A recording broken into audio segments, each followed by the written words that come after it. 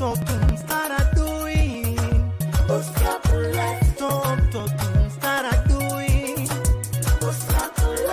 to be more creative and innovative?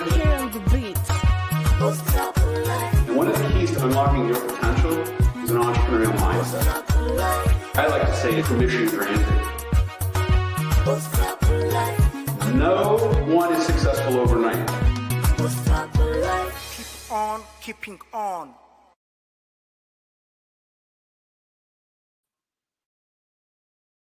Good morning, good afternoon, and good evening, wherever you are at in the world. Welcome to day 26 of 31 Days to Pata 2.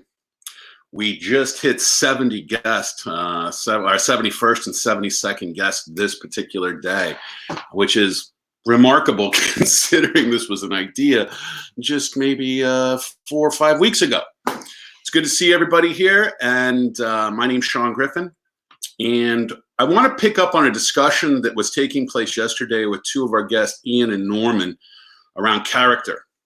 And I want to be really clear about character with anybody who's out there who might be hiring or looking to partner with people. And character is one of your number one things to be looking for, one of the most important assets that somebody has or doesn't have. So they can either be really high on the character level or really low on the character level. You want to hire people who are high on the character level. Let's move over to my vision board here, and I'll talk a little bit about hiring and partnering for character. And so what you're looking for, and this is important, and I think that when people go into a new relationship or hiring people, they get enamored with skill sets. I want to let you know, you can train any skill to anybody, but you cannot train character. Character is that part of somebody that's who they are. There's only 2 ways I've found to shift character, 3 ways to found to shift character. 1, life-altering experience. 2, near-death experience. 3, a personal drive and determination to improve oneself. That's a rare person. But life-changing experience or a near-death experience are 2 ways that character can shift and change. But when you're hiring or partnering with somebody, look for people who are mission-driven. This is critical. This doesn't mean it's some higher purpose or you're trying to save the world, although that's a good one too. This just means that people buy into the mission of your business, what you're trying to achieve, what you're trying to manifest, and they buy into it. And so mission-driven means that that person is willing to go above and beyond to get the job done. You want to look for people as part of their character that they're mission-driven. The other thing you want to look for is doers. Both of these are not the most common people to find on the planet, right? Doers are people who get stuff done. I ask questions of them that help me understand, are they people who get stuff done or do they pass it off? So I ask them specific questions around, how did you get that done? When they tell me that they delegated and that they didn't have a lot to do with it themselves, it tells me that they're not willing to get their hands dirty. It's a red flag. Doesn't mean they are. I'd ask more questions. You want to find people who get stuff done. These are not common people, but it's very important, because if you have people who aren't doers, they're going to take up space and air and not get you to where you want to go as fast as you want to go. The third thing I'm looking for in people when I'm doing interviews or exploring what's possible with them, I'm looking for people who are team builders. These are people who are interested in supporting other people to reach their full potential. There's a lot of people out there that are trying to take and get and have their own private agendas. Team builders are people who want to see other people be successful, and you're going to want this within your business, whether that's an existing business you're trying to grow or whether that's a new business you're starting right now. Team builders are people who want to help see other people be successful and grow. And then looking for people with, hold on one second, with a positive attitude.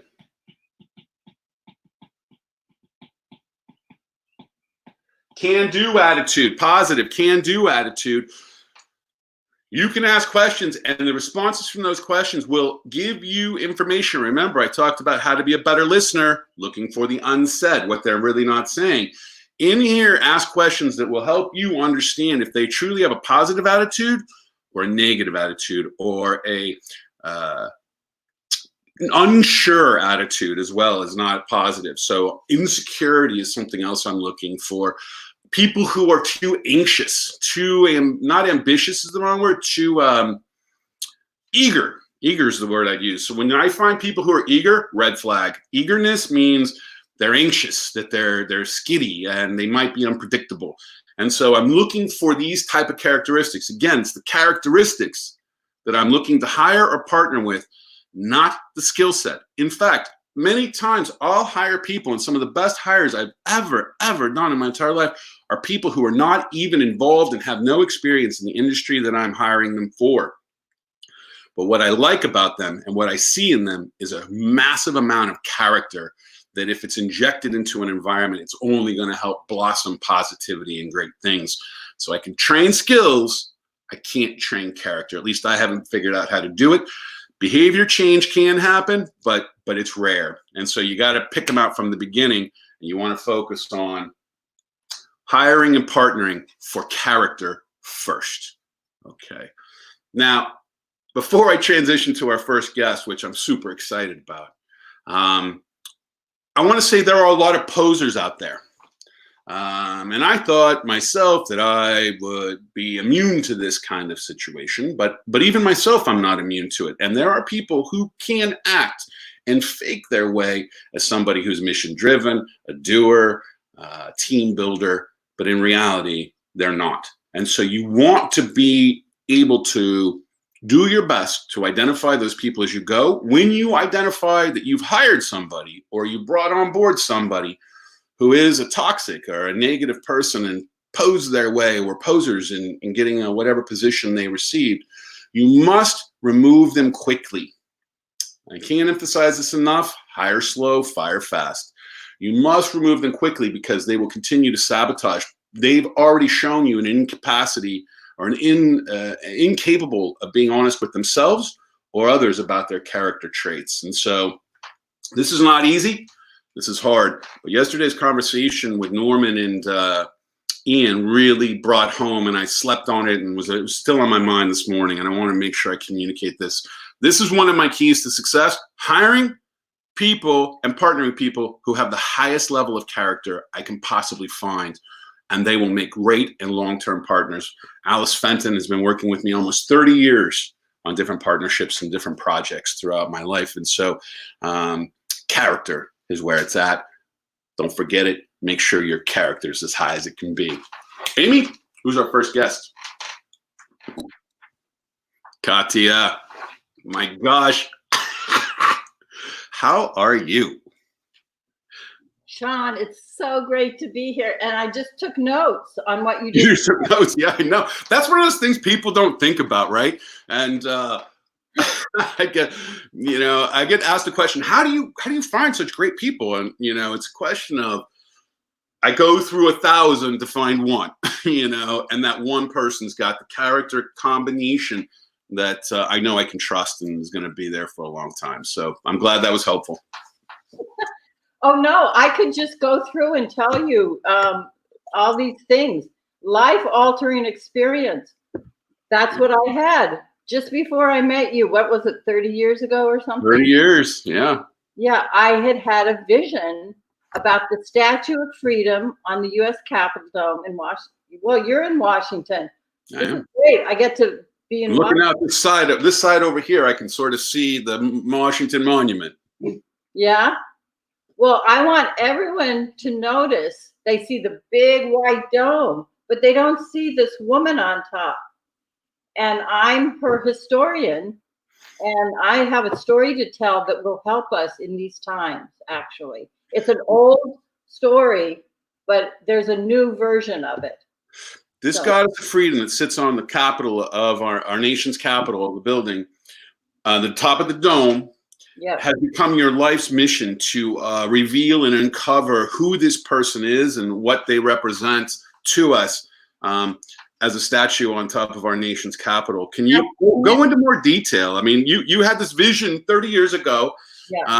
and I just checked in with you, and you're still on it. Like, how do you keep going? How do you stick with it so that at some point it must be difficult to do this? You know, you don't have experiences like having a vision very often. And I only had this one. And it was so strong. And she said, I want to be seen.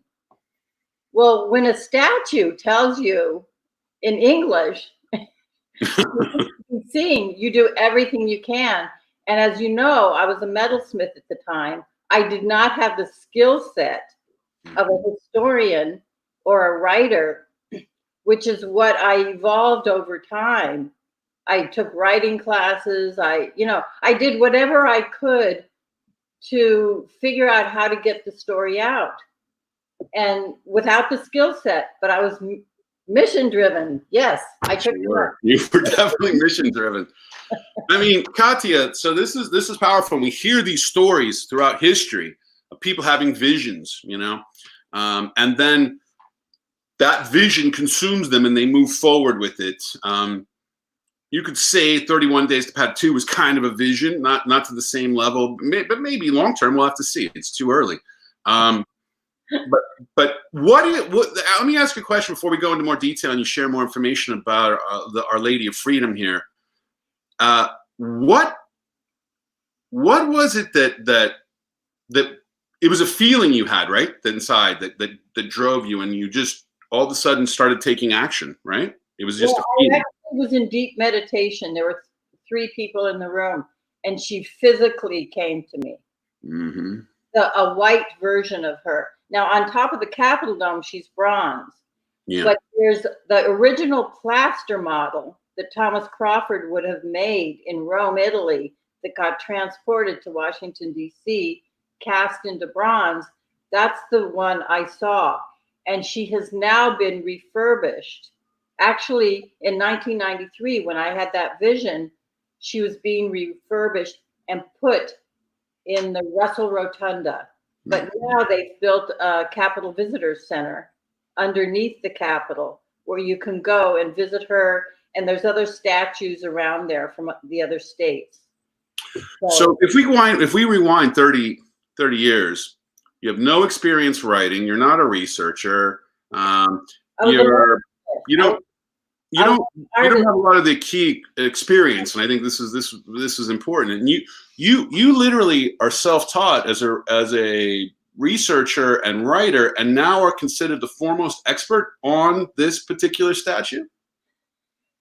Is that right? Yeah. That's incredible. Congratulations. I mean, never ever give up.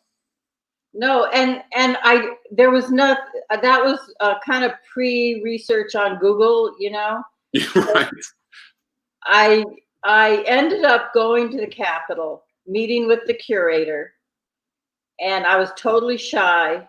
I didn't know what questions to ask her. And I did this every few years, and she would give me papers, documents to copy. And then I'd go home for a few years, read through. I started to read history books. That wasn't my thing. So I started to. So just over time, I figured it out. And then I met with one of the historians at the Capitol Historical Society, and he would give me hints. And then eventually, I knew more than they did. It was great. But things turned, and they started to respect me. And actually, yeah. And then they asked me to write an article, which took me 2 years to write one article. Where can somebody find that book, Katia? Where can somebody find that book online? Well, they can get a free copy. Do you have a website they can go to? We can promote here? Yeah. Actually, KatiaMiller.com. Beautiful. KatiaMiller.com. I need your help. I'm here to help. Okay, so I'm putting together my book proposal, but a publisher wants to see you have thousands of followers. Right. Everybody out there, follow Katia Miller. Yeah. Are you on Twitter and Facebook? Yeah, I am. Do it on Facebook. We're blogging. On Facebook, go to Katia Miller, author, and Lady Freedom DC. Okay. And I have a blog. I'm collaborating with a woman who's writing the blogs. She's my team. That's great. I'm looking to expand the team. You gotta have a team. Documentary filmmaker. Yeah. Katia, you self-funded. So I want to back up a little bit because I want to help people who are out there who are going through right now a situation and lots of the questions. You're like our 71st guest on this show since we started 26 days ago. And congratulations. Yeah. What? You self-funded, right? You were self-funding those trips. You were self-funding everything. Yeah. Now you're being paid for the work you're doing. You're starting to get some publishing contracts. You got some fellowships that paid for travel, or something started opening up for you is what I'm trying to get to based upon your persistence. Well, it was, they paid me I've written 2 articles for them. Mm-hmm. They paid me for that. Great. And then I had so much information that they asked me to apply for a fellowship. So I did that. So they paid me for 2 months in DC researching. Yeah, but that's like your persistence got you there, right? And it can take a while, right? It can take a lot of time to move to a place like you're just starting to get traction where it's going to take you to a whole nother level. It seems like to me you've reached that point where it's going to go now. Yeah, I think so. But it's been a long haul. I guess it depends how deep your vision is. Yeah. And how strong and dedicated you are at seeing it fulfilled. Yeah. And yeah. Has it gotten stronger over time? Has your vision and dedication gotten stronger as you've gone through this journey? No, it's just been steady. When other people take vacations or this or that, I'm just always obsessed with how to say the next thing and how to do the next thing. And just because, after I did the fellowship, the people at the Capitol weren't really interested in what I had to say. And I thought that was strange. But I just had to know that it was the right thing to do and there would be a time. And, with now this pause in our lives, I really know it's time. Mm-hmm. It feels like it to me too. And so how does Our Lady Liberty connect us to this moment in time? Can you share that? I have to say Lady Freedom. Lady Freedom. I'm sorry, Lady Freedom. Yeah, because Liberty's in New York. I apologize. Thank you for correcting. Lady Freedom. Yeah. My book is going to be Lady Freedom, Heart of the Nation. Okay. I'm super excited about this. What do we need to know about Lady Freedom that we don't know? Whoa. It's important right now. There are so many untold stories, but mostly men have told the story of our history. And so women have been cut out and Native people have been cut out. And the statue has an eagle headdress. And it points to at least half of her symbolism being Native American, which took me years to figure out because it's hard to get information about Native America. Right.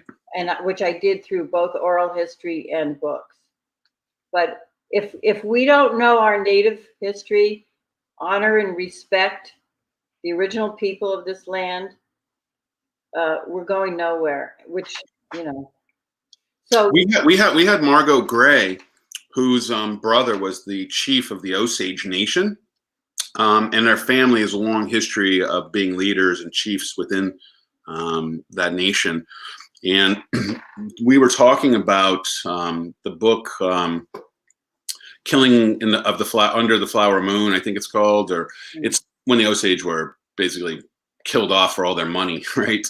When it ended up, they got moved to where there was an oil patch, and she's now her background's in engineering, and she's now in charge of all their mineral rights, which equals somewhere around $12 to $20 billion in terms of minerals underneath the ground estimate, right?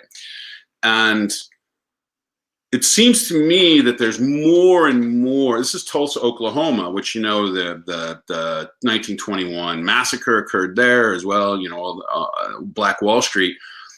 It seems to me that a lot of this is starting. The timing, your timing is really good, because it seems like a lot of this is coming out, and people are more open and listening and paying attention.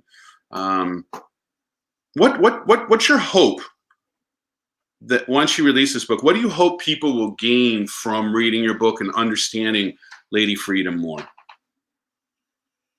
Wow, what a question. Honestly, well, of course, to understand our original people, but I feel like there's some magic in seeing the statue on the Capitol Dome, and that everyone can have a vision and have a personal revealing from connecting to her, because our congressional members are, you know, have their own life path and agenda, and it's not always, you know, for the good of the whole. Yeah. Well, you know, we've had a couple conversations now around, particularly with women who are strong, CEOs, leadership women, own their own business, around this balancing of the female masculine side. And I know we've had conversations historically on this, and it seems to me that there's some kind of energy that's supposed to be radiated. I'm using my California upbringing here, that would produce a female energy that would go and influence decision making within that particular building and seat of power. What do you think of that? You think that's a possibility? You just said it. I know I said it. Well, I believe it. So, but I feel like there's now most capitals, nations' capitals, have a female figure, a goddess figure on top of their domes. I haven't totally researched that, but I think a lot of them do. I know I lived in New Mexico during my research, and that's a flat dome in honor of the Pueblo people. Pueblos, yeah. Yeah, but I think a lot of them do. Yeah, the reason I know that is because in Oklahoma, it's the only state that doesn't have a goddess on the top, and they actually have one now. I think you were there, or you were going to go to the unveiling of that, which is not on the dome. So, Katia, I'm going to ask you a business question. Have you thought about moving past, once you get this the book out, Lady Freedom? Are you thinking that you could then move to other smaller books or books for all the nation's capital? I could see you having a whole series that's following through with your training, but the markets would then open up to all 50 states, individualized, where each visitor center was selling a book, not just the nation's capital, but one that's specific to each of the states' goddesses on their dome. Yeah, that sounds good if I live long enough. Maybe you need some other writers and other researchers to help you out, so you can get it done faster. Sure, let's get a team together. But there's a real opportunity there, I think, for you to expand this and really turn it into something that has lasts way beyond our time here on this planet, that then just continues to perpetuate. And You know, there's something to this, Katia. Each state, and if they haven't written anything about their goddess on their dome, which I doubt they have, it just seems like a right spot for you. I started looking into that. Texas has a Liberty image, goddess of Liberty. So yeah, and not much is known. Yeah, I'm sure they're all the same. I have to tell you one more thing that will encourage people to follow me. Yeah, okay.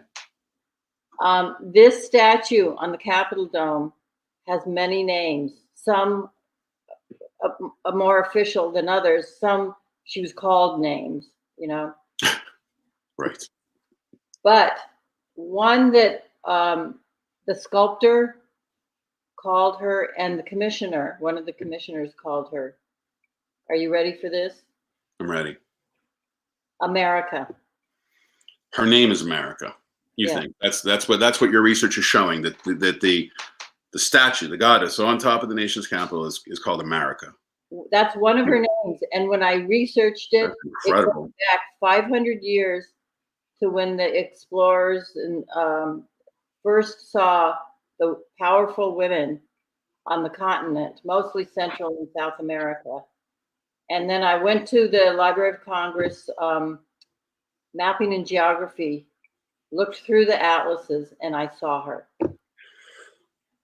This is incredible. So I saw America. America is named after this goddess on top of our nation's capital. This is what a beautiful name for somebody. Yeah, well, apparently we have a film star, Amerigo America. Mm-hmm.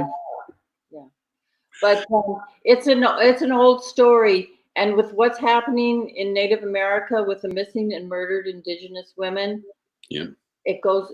If you look at that image, and you see how powerful she was, and this 500-year history. Things haven't. It's incredible to think about. So it puts context with how we got our name, how America got named. This person must have been a massive influence on a lot of people to be able to move to this position and remembrance. You mean America? America, the Statue of Freedom. Oh. Wait, what are you asking? I'm just saying she must have influenced a lot of people. So it must have there must be something along, like Pocahontas is one of those ones that isn't, forever in our history, but maybe this is the discovery of a story like a Pocahontas, but it's America. This is one of the deep, dark stories that people have not wanted to hear. Kind of what happened after the statue went up is the story of Uncle Sam came in, right. And then we became patriotic and warlike. Yeah. So it was, taken over. Really fascinating, Katia. Well, I'm going to have to move on. I appreciate you being here and getting up so early from California. I know that it's early there. I love you tremendously. You keep doing the great work. We're not sure what exactly is going to happen on the other end of this, but what we would want you to come back based upon future shows and just get caught up on your book. And as you discover more about America, let's keep sharing because this is big. I think so. I do too.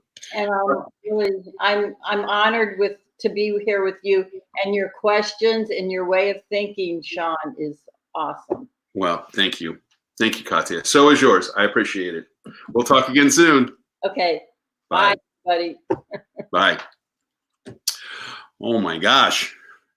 There you go, folks. Never, ever give up. 30 years. Now she's writing her first book, full book. Katia is writing her first full book. KatiaMiller.com. Make sure to go follow her. Talking about the discovery that the capital, the statue, the goddess of the Statue of Freedom on top of the U.S. nation's capital name is America. 500 years old. Amazing. Great story. Can't wait to see it come together. But again, the lesson that I want you all to take from that is she had a vision. She had a goal. She had something she needed to work towards. She didn't know how she was going to do it. She'd never been a researcher. She'd never written to the level she's written. And she learned it as she went. And now she is the foremost researcher and expert on the Goddess of Freedom statue on top of the nation's capital, U.S. nation's capital. Incredible story, Katia. Congratulations. All right, Amy, who's our next guest? Shan, it's a great day on 31 Days to Pata 2. Good to see you. You're muted. Uh-oh, we lost him. Can I hear you, Zishan? Can you hear me now? I can now. Thank you. Yeah. So good to be here, Sean. Thank you so much for having me. Great to see you. From Islamabad, Pakistan. How is life treating you there with all these entrepreneurs going through so much? Well, it's the same. It's not much different to how it's been for entrepreneurs in US as well. The key is to be resilient, I guess. Those who are resilient, they're going through, and those who are finding it I mean, I was just listening to your, your exercise earlier, or watching your exercise earlier. I Character. believe the character is very important, right? Be it COVID-19 crisis or be it before COVID-19 crisis. People with the character, the doers, they're gonna make it through always. People who are not, so COVID-19 or no COVID-19, they're gonna find it very hard to make it through, right? So that's a universal trait, be it in US or be it in Islamabad, I believe. Anywhere. Let me back up a second, Zishan, so people get a sense of who you are and what you do. So we've been working together, I guess, almost 8 years now, helping support businesses to grow, and in Pakistan have grown into one of the largest accelerator, Pakistan Startup Cup, which you've been leading and producing now all this time. Our We Create Center, Women's Entrepreneurship Center, first one started there in Islamabad, and you are now the executive director of Thai Islamabad. And the sheer volume of programming you're doing now, and you launched a show, I think, around the same time, if not earlier, than we launched 31 Days to Pad 2. You truly are putting a dent in Pakistan's entrepreneurial ecosystem and overall Pad 2ing. What? Because you have that character, Zishan. Like, you're a doer. Like, I know it's always going to get done. It's going to get done really well, no matter how complex the event or activity is or whatever you're doing.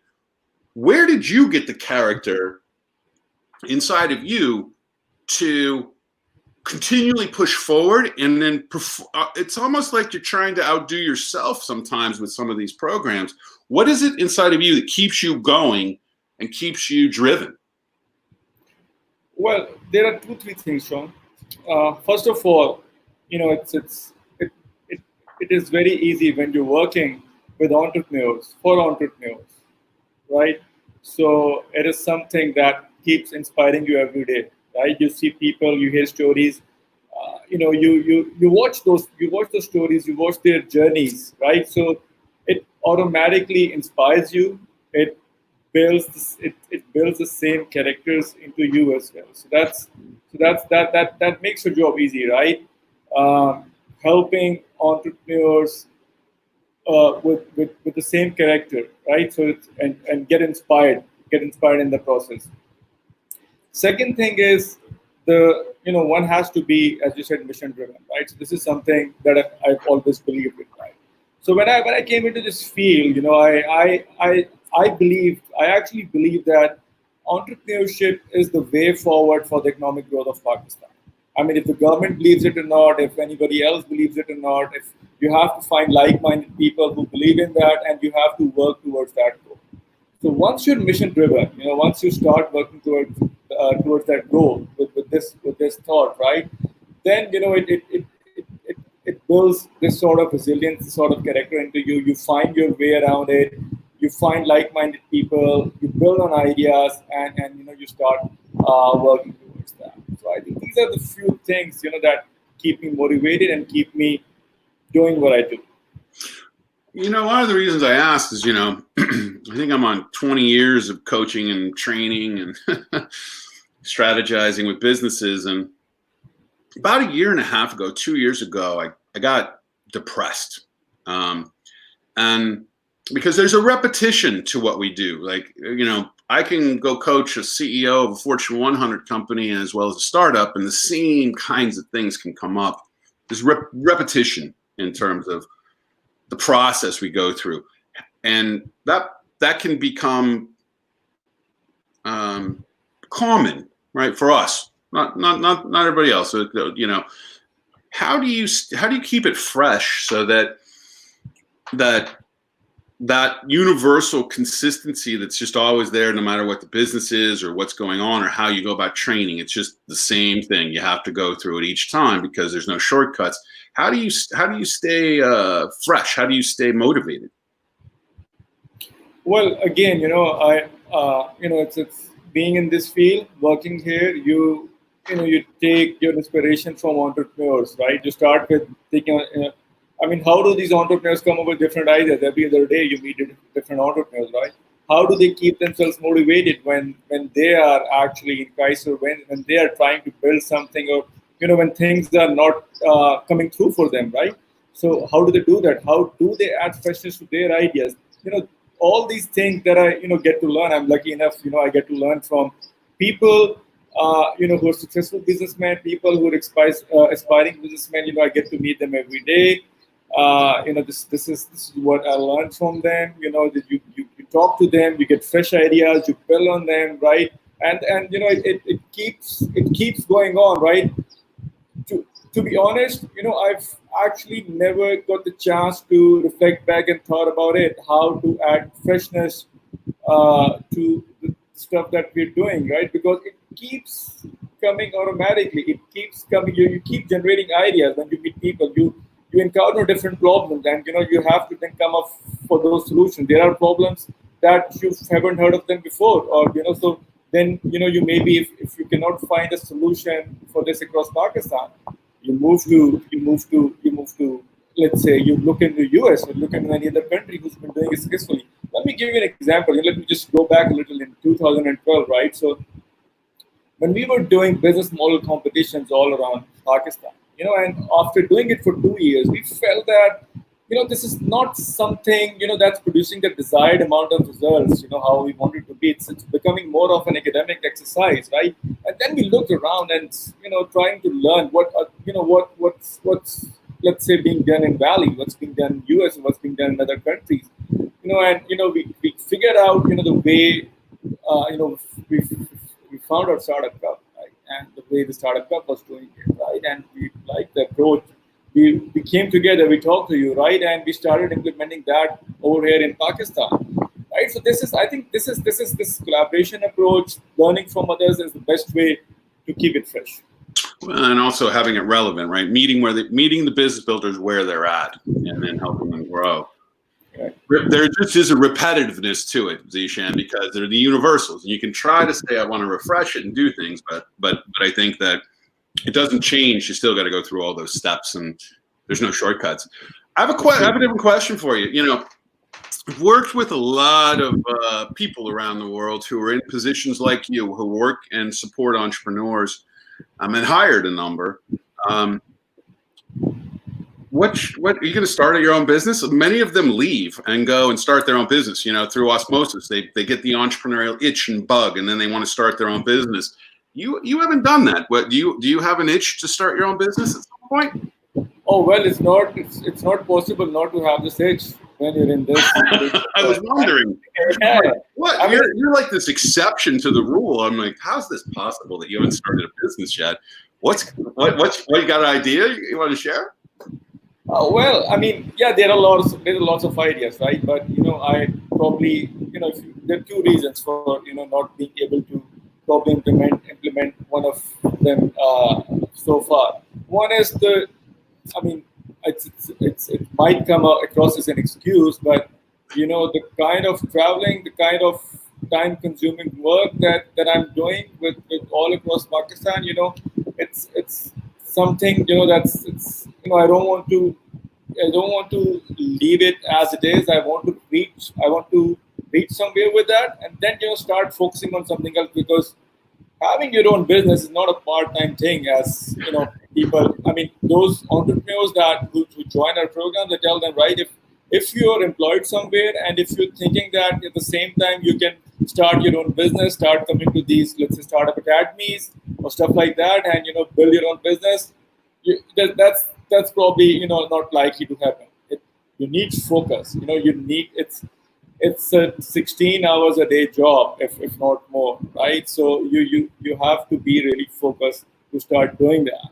And this is something that I tell others, right? So for me to start something on my own, I cannot forget this lesson, right? And at some point, I have to take this a leap and start doing that. And I have my plan in front of me. Okay. I can see it, and soon at some point I'll be doing that. And this also Thai, we run it in a very entrepreneurial way anyway, right? We've built it as a startup from in last 10 years, right?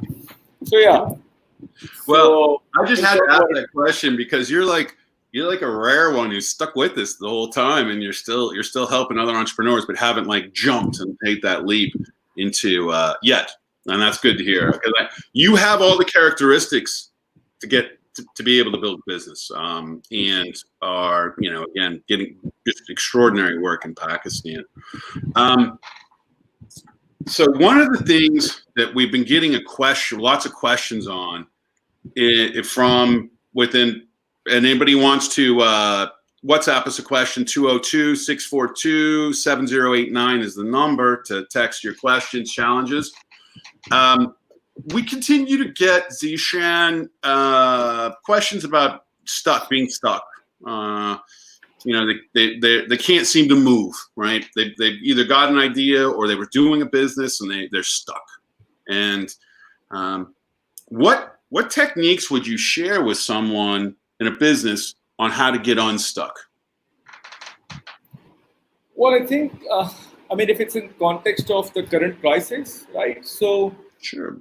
Yeah, so because that's something, you know, that most of entrepreneurs are asking these days, right? And this is something that, you know, we're doing from our platform as well, right? So I think the first thing that, I mean, I've learned myself this as well during this crisis, because we're running a business, we create on a business model, right? We're running our organization on a business model, we're at different clients, right? So the first thing is that people who are relevant to your organization, your suppliers, or maybe your clients, or anyone who are relevant to your organization in any way, you know, you don't have to negotiate them in a way that you have to maximize your revenue or your profit.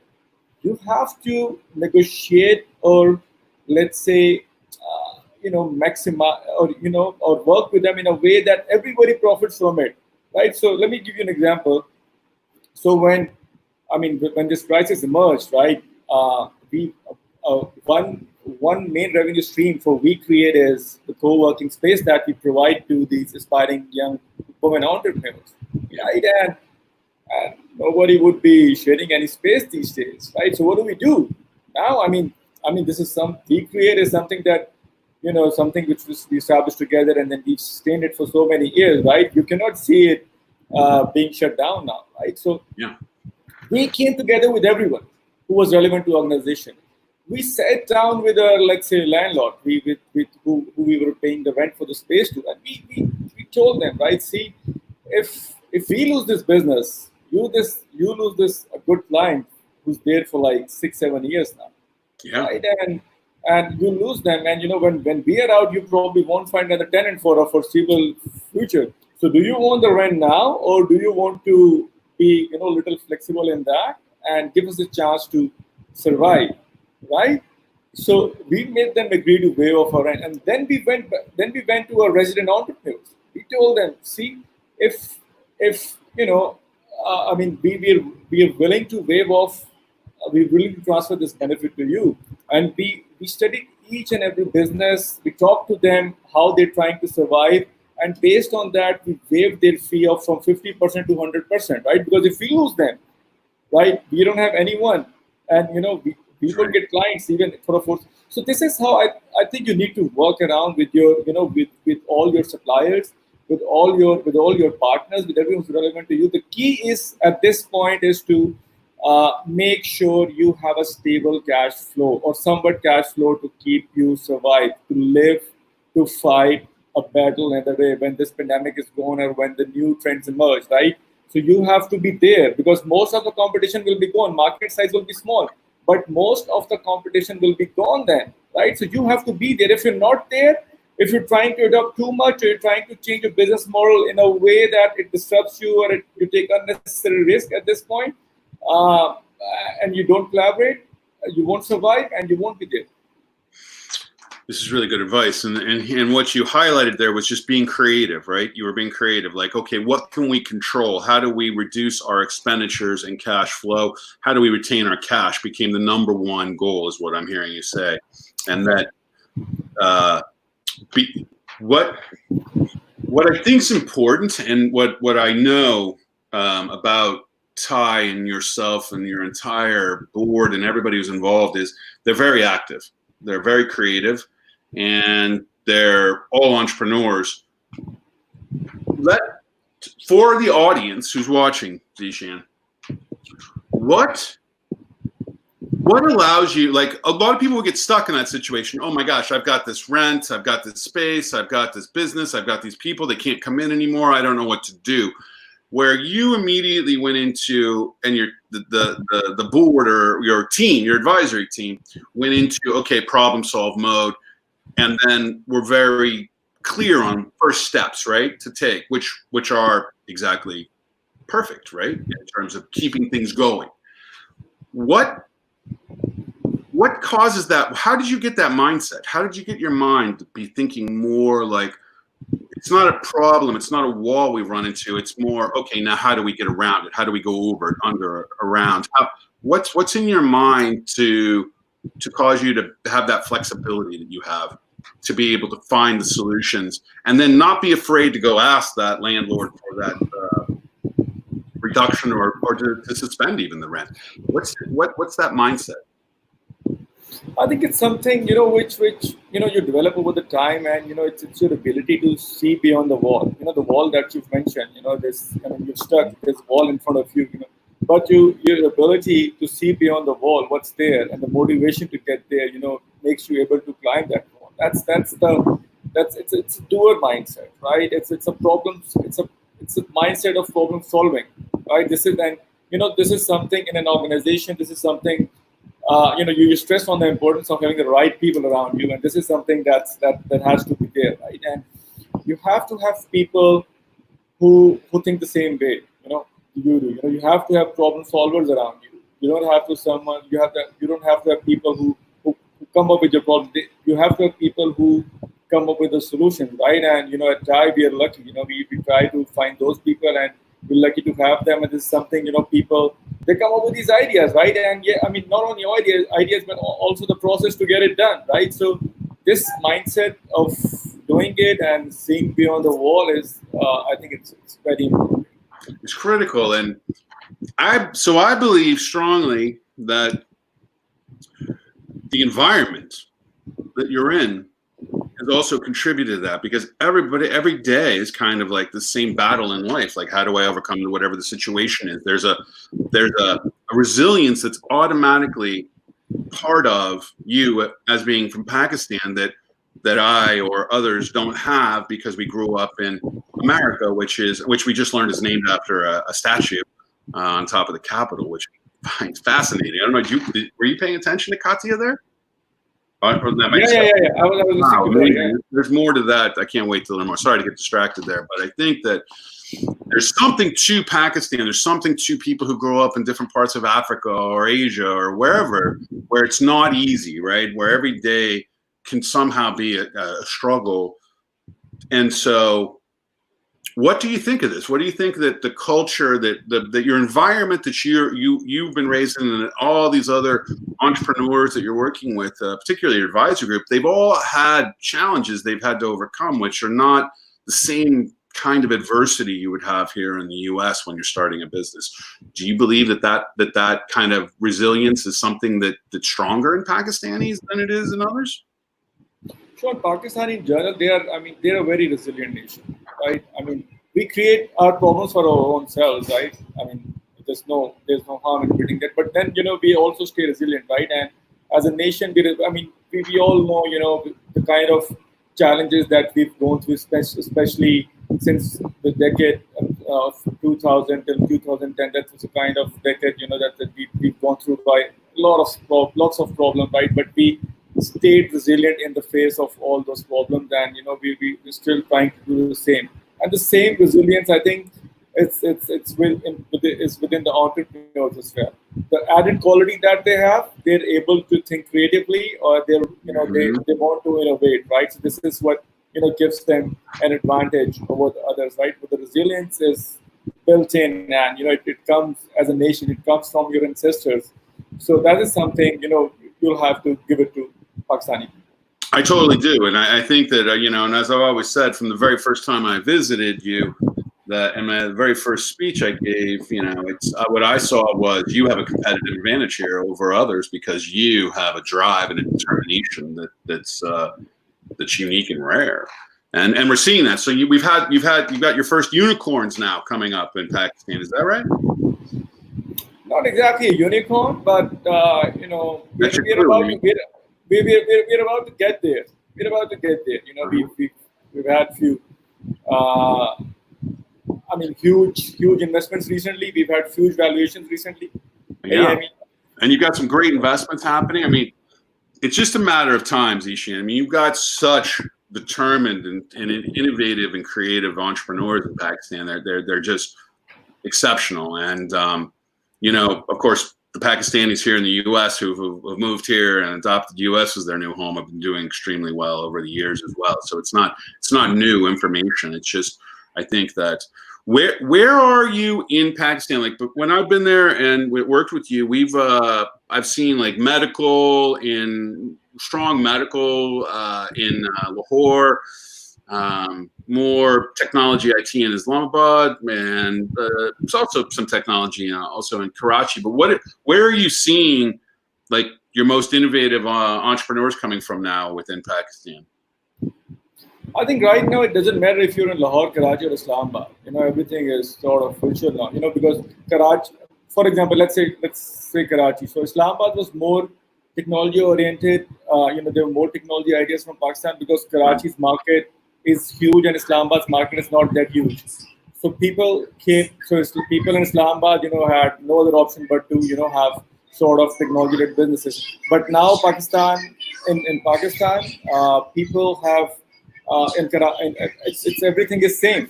People are doing it different. People are doing it the same way, right? So it doesn't matter if you're from Karachi, if you're from Islamabad, ideas are same. What I see changing in Pakistan or in worldwide is, you know, in the last decade, you know, the world and Pakistan, they've all moved to shared economy. You know, we've been sharing transportation, we've been sharing houses. Now that trend has changed upside down, and you know, you can announce any prize for whoever can tell you that I guessed it right. This will change. Now the world is moving from sharing economy to isolation economy, and the same thing is happening in Pakistan. Same thing is happening in everywhere. Nobody would want to share their house or transport anymore. You know, there are. The last decade was for Ubers and Airbnbs. But now it's a decade of isolation economy. It's a decade of Netflix. It's a decade of, let's say, Zoom, right? So, you know, moving toward isolation economy. What we're doing now. Yeah, that's what we're doing now, right? So you never know. I mean, this trend has changed upside down, and how long this will continue. You cannot foresee that at this point, and this makes all the economies the same worldwide, be it in Pakistan, Karachi, or Islamabad, DC, New York, LA, Alabama. It's the same now.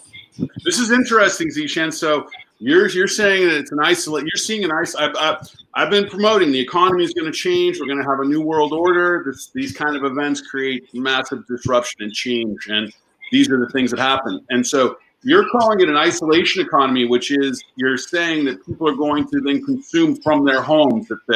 That now it's not sharing the same way. It's more protective and isolationist. Yeah.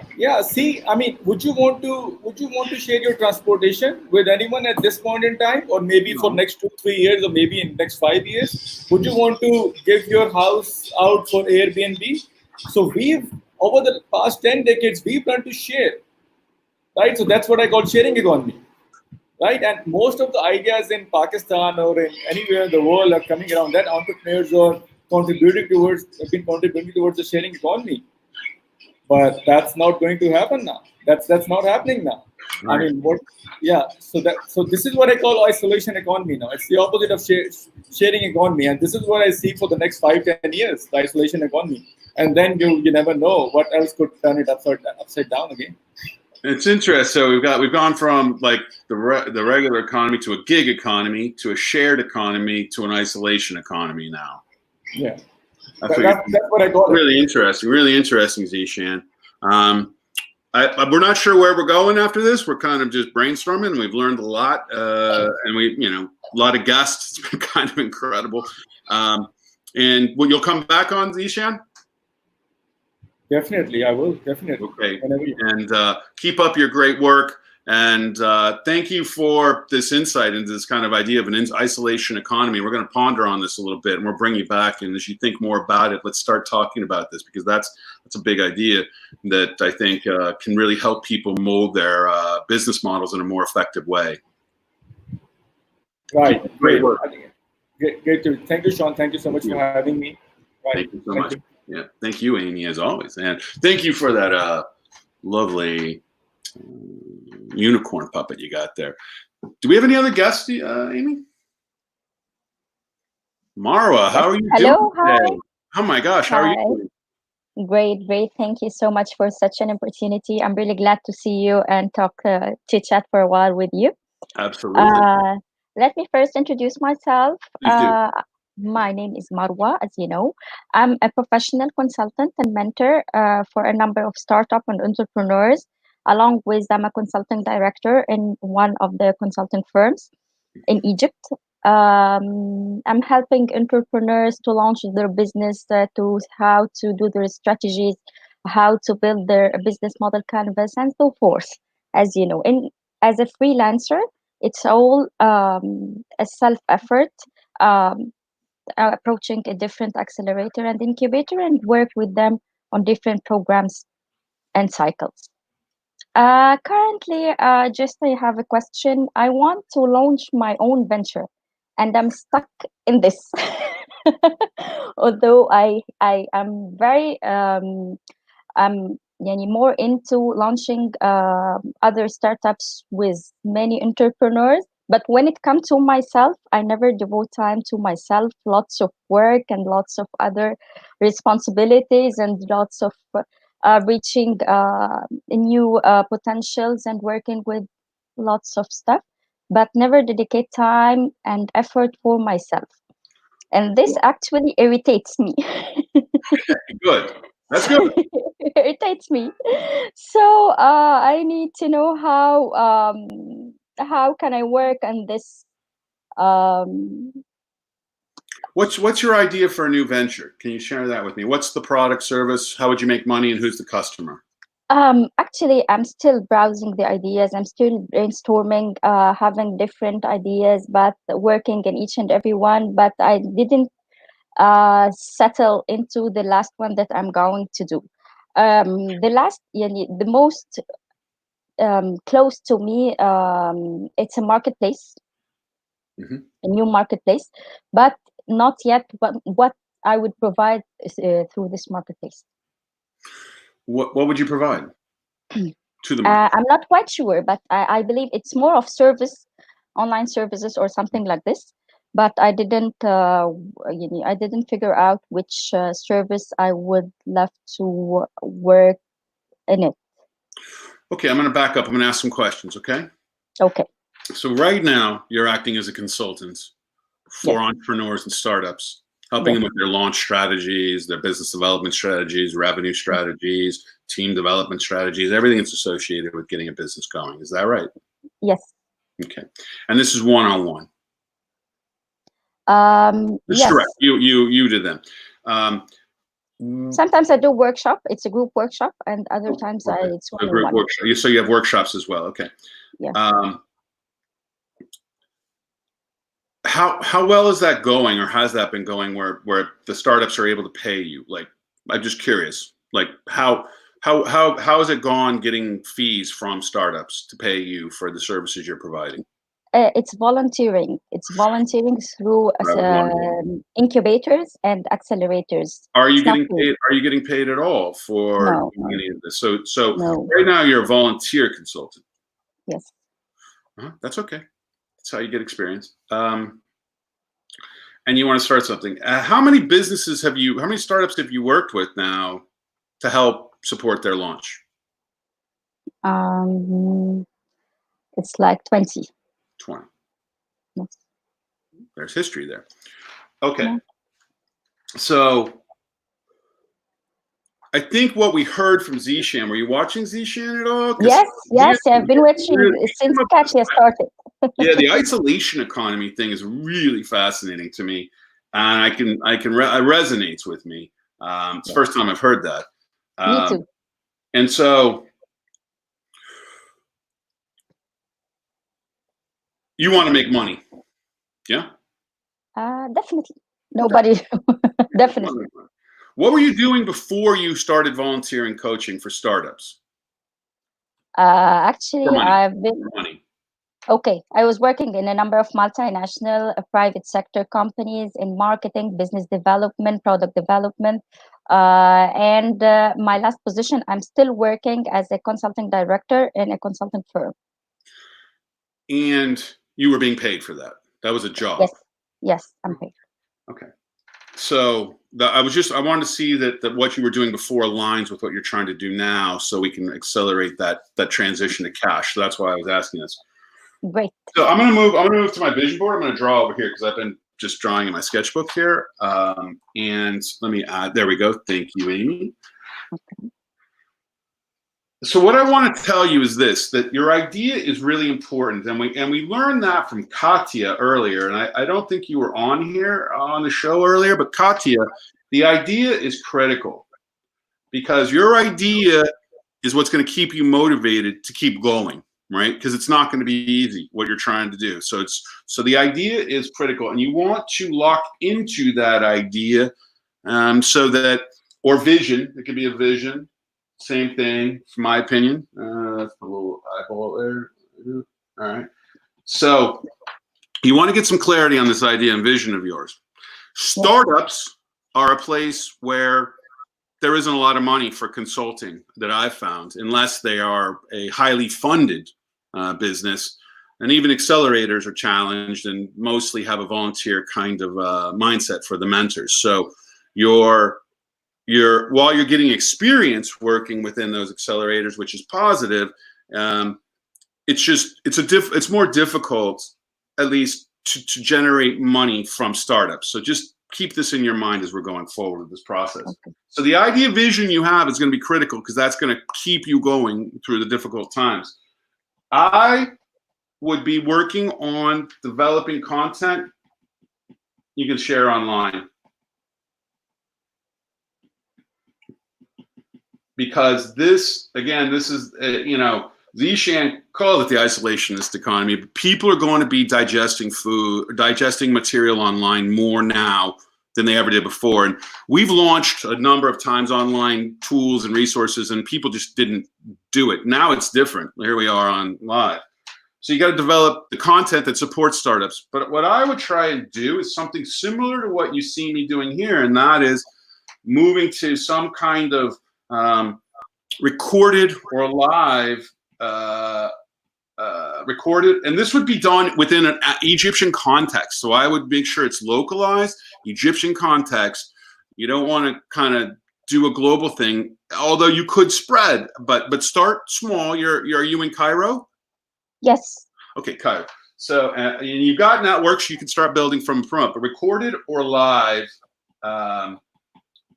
Kind of trainings of a show, right? Training show type of thing. Similar to what we're doing here, right? Yes. And then I would package it up. I would try to package it so that you can sell and make it a monthly type of membership.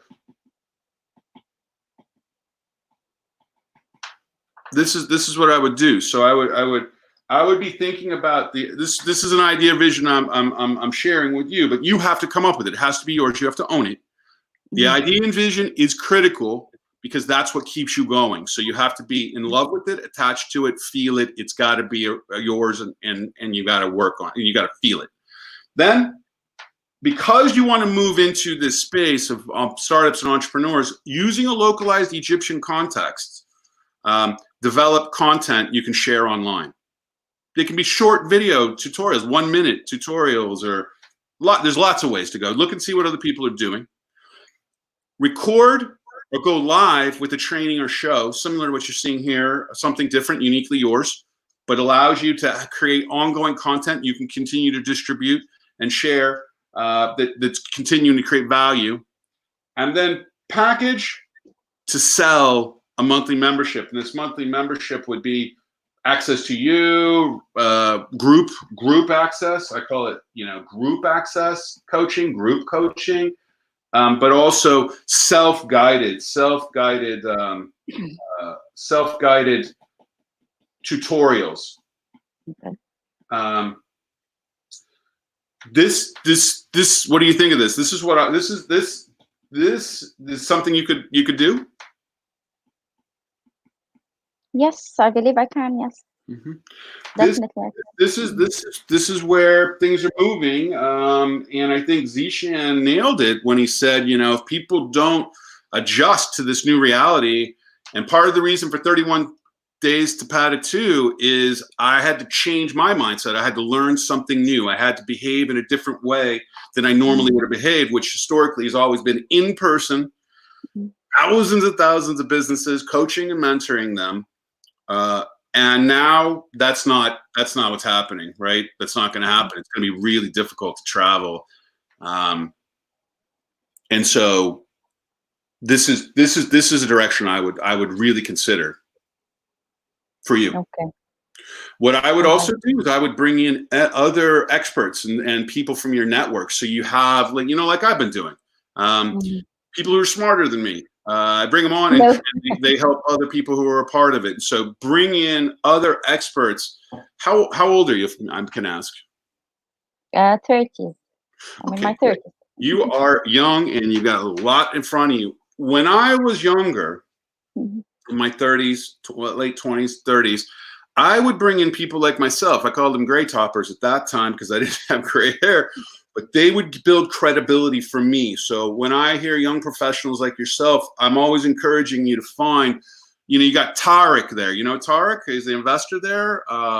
Yes, Tariq, yeah, of course. Yes, you got a lot of great, phenomenal folks. Yes. Dalia Al-Sayed, who is a partner with me. These people know Egypt and know businesses, but also have a global perspective within the Middle East and around there. And so I would be having something that brings in those experts as well as the entrepreneurs that you're working with to share their stories. So you're not just you doing this, it's other people. I think Jack Canfield is the one who really taught us this when he produced the first Chicken Soup for the Soul, right? Other people wrote the entire book for him. He had other people who were experts do it for him. This is a similar strategy I would take with yourself, in that I would have other experts and use your power of persuasion to engage and motivate them to come onto your program. That way, it's not just you talking about it. It's also you've got these other experts on the show or the programming, whatever it is you're creating, and then distribute that widely across all the social media platforms as much as you can. That takes a lot of effort, but it's something that definitely will help build the brand. And I think that the opportunity is ripe for you to do something like this. Okay, great. Okay. Thank you for this point.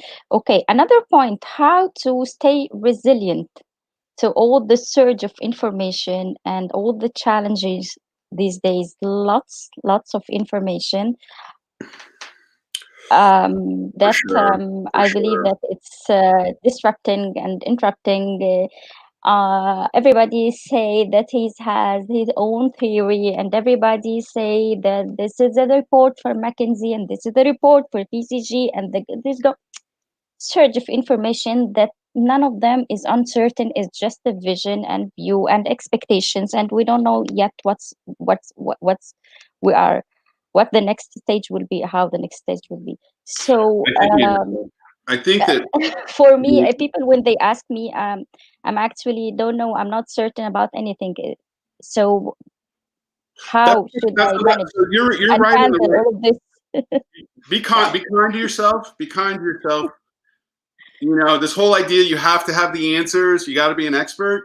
There's no experts today, right? Yes. Yes. And your honesty and your authenticity comes through when you say that. And people have been asking me this question, and I've been saying live right here, I don't know, right? I think that you've got to be kind to yourself, and that's number one. And that you can't be expected to know something that nobody else knows. So I love it when these people come on. I'm 30 years in the financial industry. I've got all this experience. I know I'm an expert. You've never been through what we've been through, so therefore you're not an expert. And I think that anybody who says they're an expert, that's the first person I'm going to flip off, because, you know, off the whatever I'm watching, because it's just not, it's a statement that's just completely not accurate today. We don't know what's going to happen. And so what I've been doing for myself to get myself, and before even we started 31 Days to Pad 2, I just took a position. This is a 1 year situation we're in, for sure. Like, for 1 year, I can plan 1 year. I could go to 2 years, but I can say 1 year. It's not, you know, the good news is somebody's going to come up with a vaccine. The bad news is, how's that vaccine going to be distributed? Who's going to take that vaccine? Yeah, and it's a global situation. So from my perspective, we're a 1 to 2 year cycle of something that is very unknown.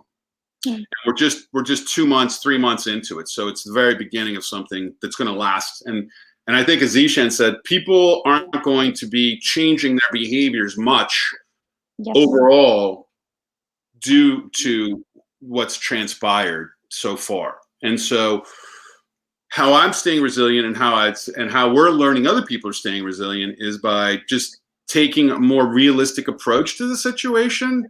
Taking reality. We don't know. We're in it for a long haul. Everything's changed. What was before COVID is not now the same going forward. So anybody who wants to go back to what was and back to normal life, that's not ever going to happen. It's changed forever, right? Yeah. And I believe that it's possible we have moved 10 to 20 years ahead in terms of technology adoption and new business modeling. You got to be thinking 10, 20 years now. It's not, and that's why what I shared with you in terms of how you could go about taking what you're doing, you would be technically in a leadership position at that point by moving in that direction. And then you would not have a short-term thinking on that. You would say, okay, over the next year, 2 years, I can see this growing, because it's going to take time, right? But you're in a position to put yourself in a leadership position by doing something similar to what you're seeing here, which is, I leaped into it. I'm like, this is where we're going. This is what's happening. The world's changed. And so, and then the resilience comes in by taking action that's doing good. So maybe you start by doing it, you know, like we're doing here. It's no cost. Everything's free. We're giving it all away. And it's that time to give away. And move. So that's not much different than you're doing right now, but it allows you to position yourself where you can start charging for some type of services that people could have.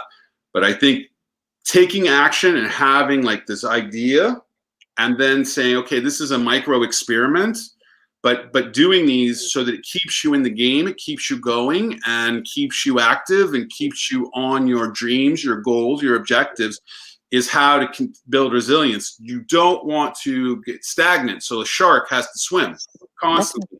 Stagnation and just doing nothing is going to be the death of a lot of people. Not physically, but in reality, to their jobs or growing their businesses or whatever. But that stagnation is going to slow you down. And so you got to keep going, even if it's one step a day. Just move closer to what you're trying to do each and every day. And so my resilience strategy is a 1 year strategy, and I'm only working in 1 year chunks. That doesn't mean I don't have a 10-year goal or an objective still in play that I'm still striving for and working towards. But the reality is I don't know much right now, and things could change. And it seems to me we have an overly optimistic and an overly positive spin going on around the realities of how this is impacting the world.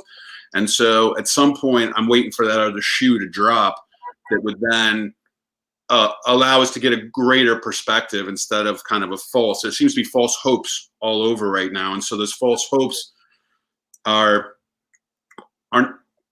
false hope is not the kind of hope you want. You want real hope. And so false hope is like an illusion. And I think that you started by saying there's all this information that's out there on the internet, particularly. And what I had to start doing was starting to limit my time. And I've been slowly reducing my time on the internet, spending more time packaging up content and then posting that content, but less time digesting content, because there's not a lot of positive content out there right now I can see. And that most of it's playing to our fears or trying to disorient us or distract us from what's really going on.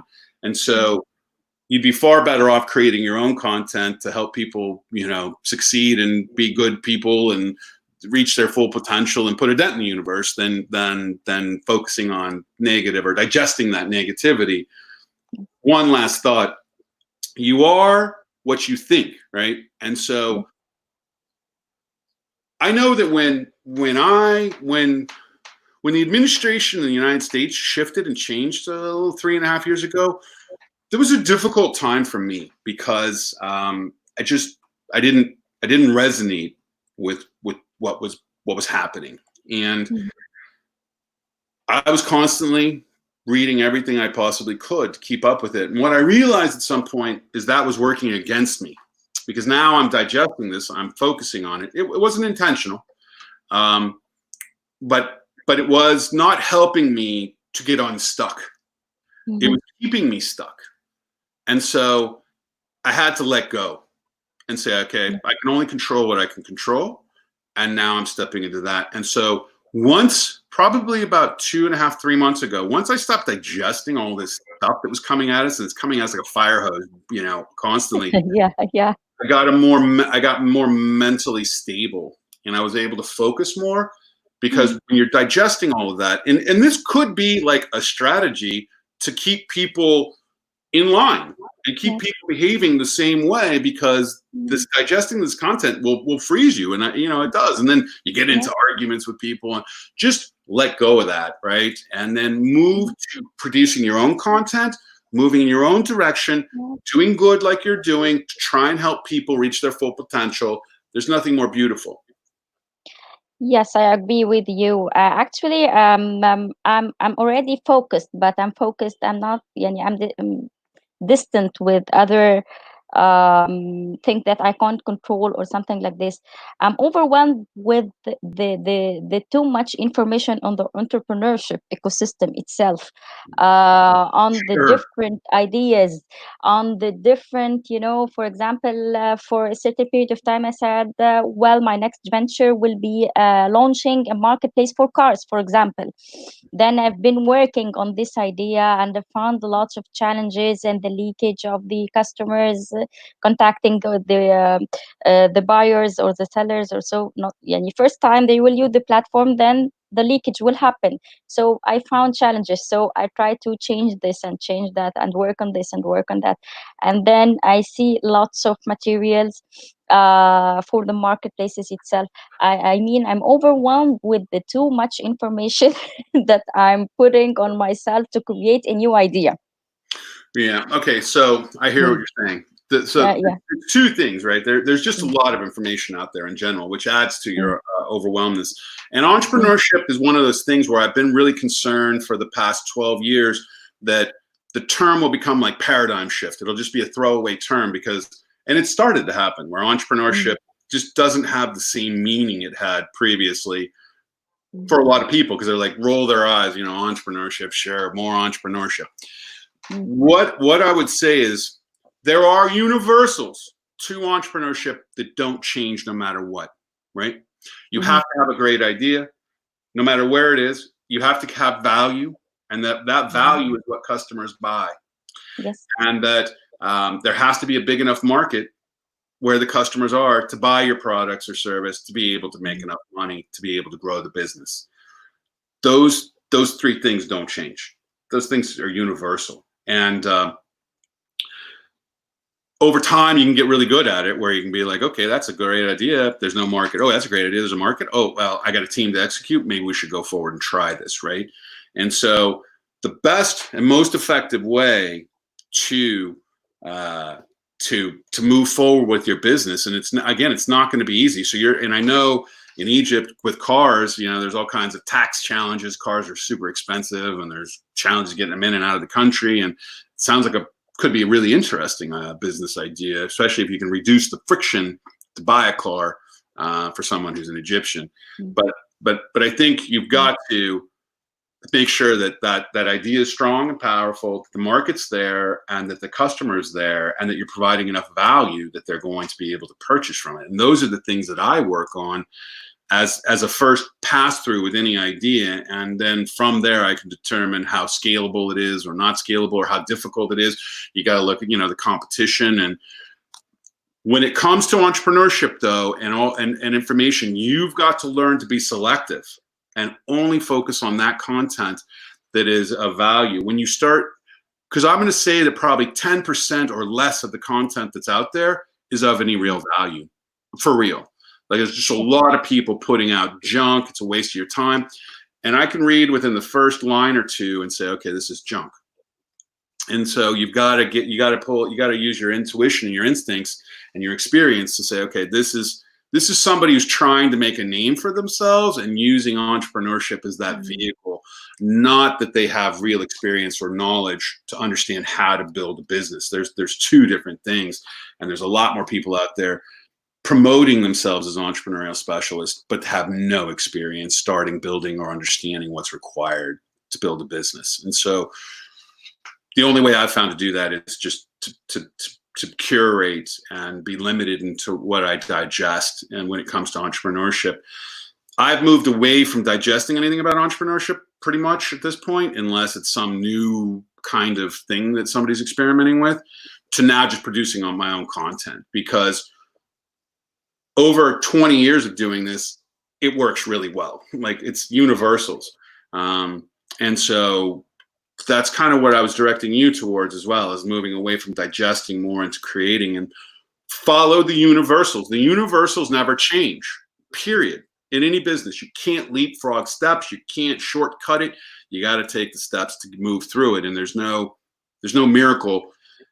There is moments like we're in with COVID-19 where there's an opportunity, and if you can see it and not get stuck, to say, okay, I can just leapfrog 10, 20 years now and be ahead of everybody by a long shot, real quick, because a moment in time has created an opportunity and a window that's probably closing pretty quickly to jump through to move forward. And so you want to jump through that window before it comes and it closes, because my guess is it's closing right now, the window on this COVID, and for really innovating to some degree. And then you're going to be catching up. So once the innovators are in place and moving forward, then everybody else is going to catch up from there. And of course, some will catch up really well, and outrun the ones who got ahead. But I do think that it increases your odds of success if you start now. I'm afraid our time's up. We've gone over by 22 minutes. This is our longest Padded 2. And I couldn't be happier. Thank you, Mara, for calling in. I wish you the best of luck. We're going to follow up and keep track of you, okay, and see how things progress. Thank you so much. The pleasure is all mine. Thank you for such a constructive videos, starting from Katia. Yeah, it was great. Yes, thank you. Yeah, so remember, that was 30 years ago. She was doing that. So she was, a younger person at that time. And you just got to keep going and pick that lane. If you love entrepreneurship and you love to help entrepreneurs, this is a good place to play. And then it will always allow you for flexibility to do something else as you go. And you're going to be at the forefront because you're always on top of, and your fingers on the pulse of where entrepreneurship's going.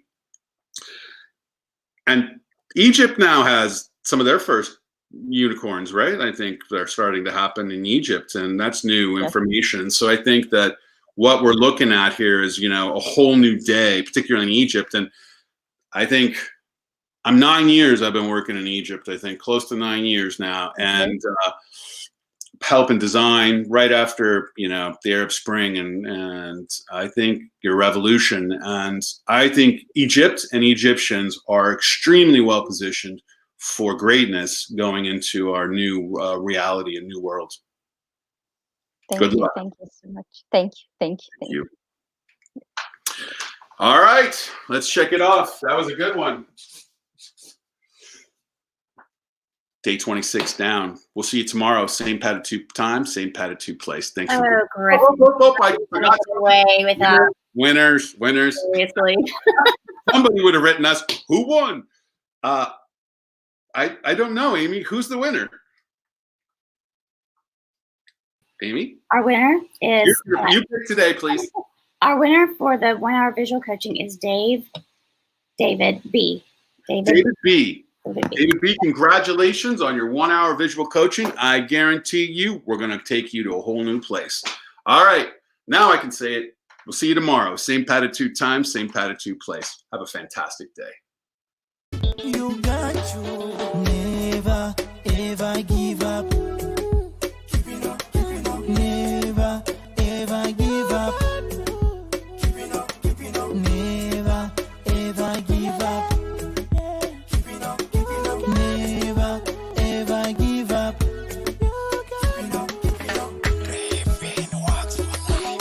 Believe in yourself and you'll go far. All for everyone. Sean